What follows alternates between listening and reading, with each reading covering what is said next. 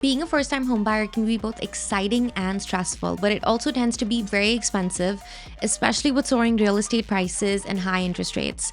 Fortunately, the Canadian government offers a number of first-time homebuyer programs to ease the financial burden of breaking into the housing market.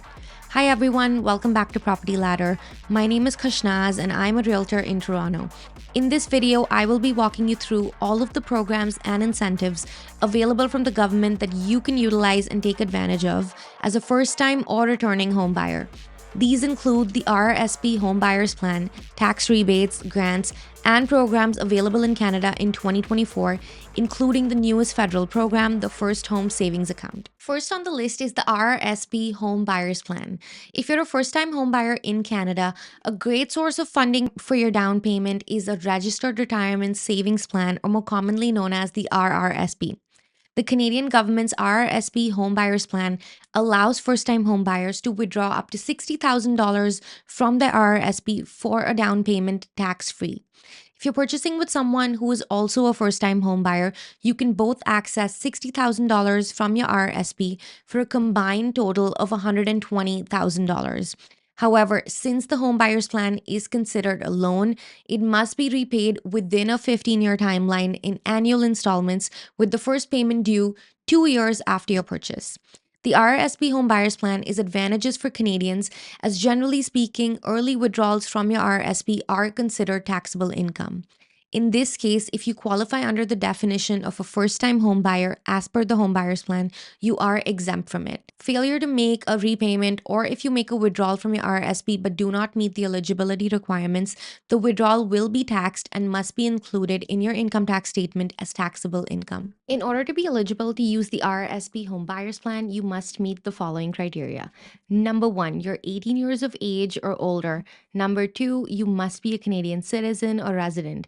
Number 3, the RRSP funds you borrow must be in your account for at least 90 days prior to your withdrawal. Number 4, you must have entered into a written agreement to buy or build a qualifying home. Number 5, you must make the withdrawal from your RRSP within 30 days of taking title of the home.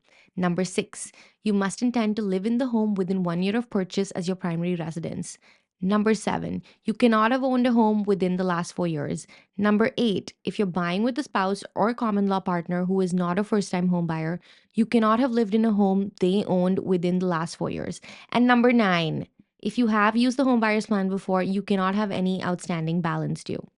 It's important to note that the home buyer's plan defines a first-time home buyer as someone who has not owned a home nor occupied a home that their current spouse or common law partner owned within the last 4 years. This means that buyers have the opportunity to use the RRSP home buyer's plan multiple times as long as it's done outside the 4-year window while fulfilling the remaining requirements. The First Home Savings Account, or the FHSA, is a new savings vehicle that was created to help Canadians save more for their first home. It combines features from both TFSAs and RRSPs but has advantages over both. Unlike your RRSP, you don't have to pay yourself back when you take out money to buy your first home. Like your TFSA, any money your FHSA earns will be tax-free, which means you don't have to pay any income tax on it. Canadians will have 15 years to buy a home from the time you open up an FHSA. If you don't end up buying a home within the 15 years, the funds can be transferred to an RRSP or an RIF without paying any taxes. You can contribute up to $8,000 annually to the account. If you don't meet the contribution limit for the year, any leftover amount can be carried over to the following year up to a lifetime maximum of $40,000. For instance, if you've contributed $6,000 in 2024, you will have up to $10,000 in 2025. Partners who are saving for a home together can each have an FHSA with the combined total room of $80,000.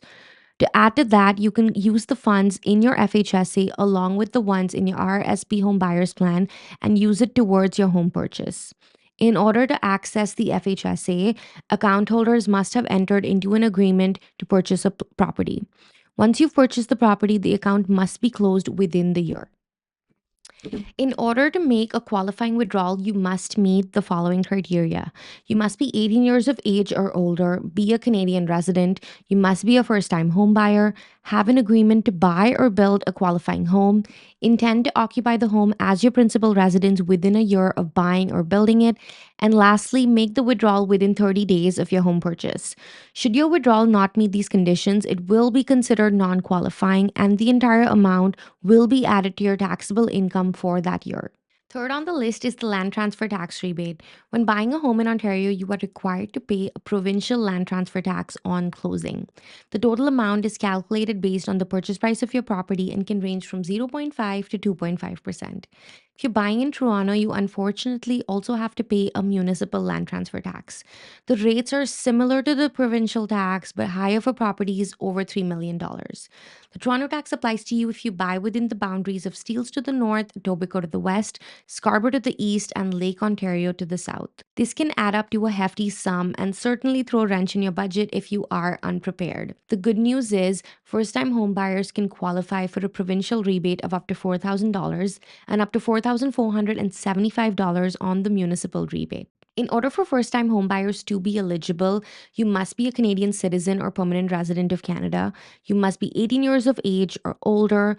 The home purchase must be for your principal residence, which means you will need to move in within 9 to 12 months of your home purchase. And your spouse could not have owned a home while being your spouse, but they could have been a previous homeowner. To avoid any surprises, you can set aside the exact amount using one of the many land transfer tax calculators available online. I have linked one in the description as well, so feel free to use it whenever you need to. Fourth on the list, we have the first time homebuyers tax credit. The first time homebuyers tax credit was introduced in the 2009 federal budget and allows first time homebuyers in Canada the opportunity to recover some of the costs associated with their purchase. It can help offset legal fees, home inspections, and other similar closing costs. This credit is a non refundable credit and it's valued at $1,500.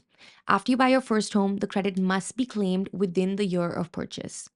If you are purchasing a home with a spouse, partner, or friend, the combined claim cannot exceed $1,500.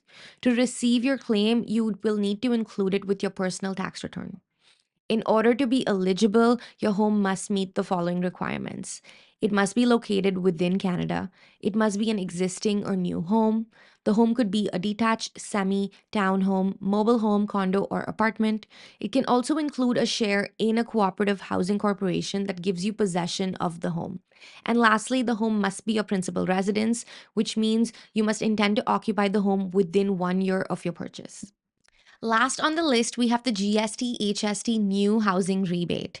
In Ontario, when you buy a newly built home or substantially renovate a home, you are required to pay HST or harmonized sales tax on it.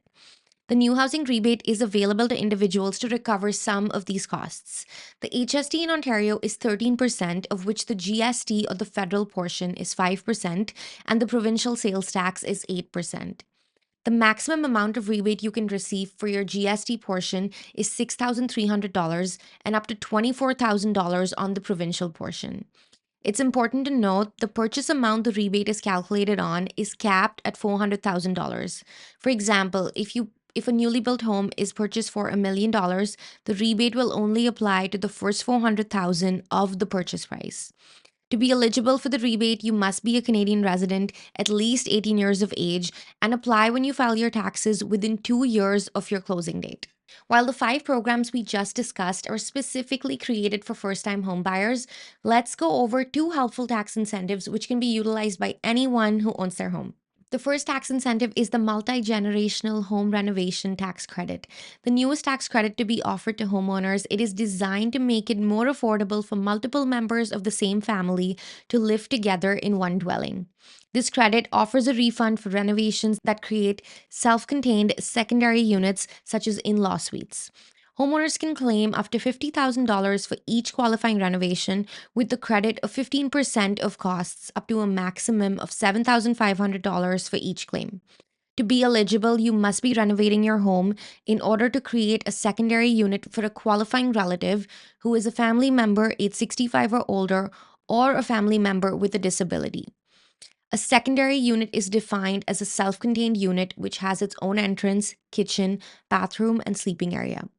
There is only one such renovation per family member allowed, meaning that if you claim the credit to build a unit for your parent, should your sibling decide to also build a unit for your parent, they won't be able to claim the credit since you already have. The second tax incentive is the Home Accessibility Tax Credit. The Home Accessibility Tax Credit is a non refundable tax credit for renovations that make the home accessible for those with disabilities. The alterations must be created to allow an individual to be mobile or functional within the dwelling, gain access to the building, or reduce the risk of harm within it. This credit has an annual expense limit of $20,000 and can be claimed by eligible or qualifying individuals. That's it for today's video. I hope you were able to find some value from it. If you found this video informative and would like to continue watching real estate content just like this, do subscribe to my channel. Thank you again for watching Property Ladder. See you next time.